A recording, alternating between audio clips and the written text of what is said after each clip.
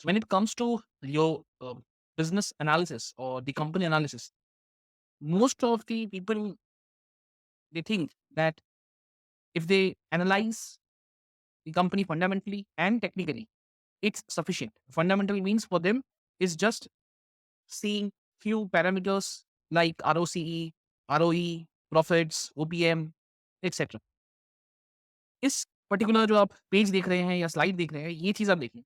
ये जो ट्रांज़िशन है from never heard of the company to know enough to make decision, ये एक इन्वेस्टर की लाइफ़ का फेज़ है, जब वो किसी भी कंपनी में इन्वेस्ट करता है। तो सिर्फ़ आपने काफ़ी सारे सो कॉल्ड फाइनेंशियल एंटरटेनर्स को देखा होगा, मैं उनको इन्फ्लुएंसर्स नहीं कहता कि 5-6 पैरामीटर्स बोल देंगे फाइनेंशियल्स के लिहाज से और दैट्स इट।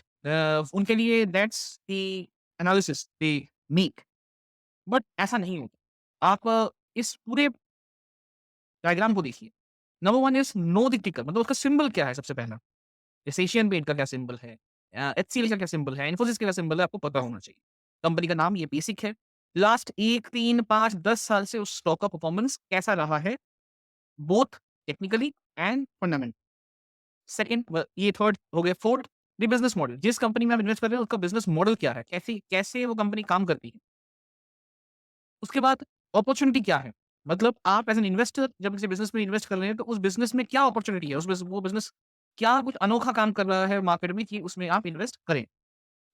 उसके बाद है कम्पेटिटिव एडवांटेज, जिसको हम कहते हैं कई बार मोट, मीन्स कि उसके पास वो यूएसपी है जो शायद किसी और दूसरे कंपनी के पास नहीं है, राइट? उसके बाद आते हैं फाइनेंशियल्स, जो कि लगभग लोग जानते हैं, लेकिन हाँ, इसकी डिटेल में भी हम बात करेंगे कि फाइनेंशियल्स में भी आपको कौन सी चीज़ें ज़्यादा फ़ोकस रखनी चाहिए। उसके बाद आता है जो उस बिज़नेस के कस्टमर्स हैं, उनका एक्सपीरियंस क्या है? ये आपको डिजिटली प्लस ऑफलाइन मोड पे ही पता चल पाएगा। इसके अलावा और कोई ऑप्शन नहीं है जिससे ये कस्टमर एक्सपीरियंस आप समझ पाएँ।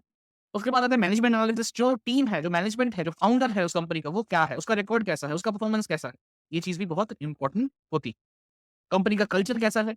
ये कंपनी के एम्प्लॉइज़, कंपनी की एक्टिविटीज़ से आपको पता चल तो सकता है।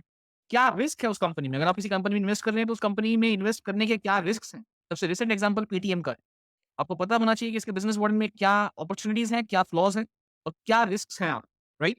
सो रिस्क का पता होना भी बहुत इम्पोर्टेंट है और इन्हीं बेसिकली पैरामीटर्स के थ्रू आप ये डिसीज़न बना सकते हैं कि आपको किसी कंपनी में इन्वेस्ट करना है या नहीं।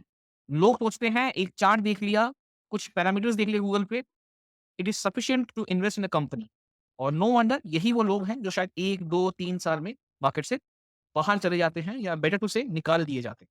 सो next time you invest in a company, do these kind of research और else invest via mutual funds, जो कि आपके लिए सही रहेगा।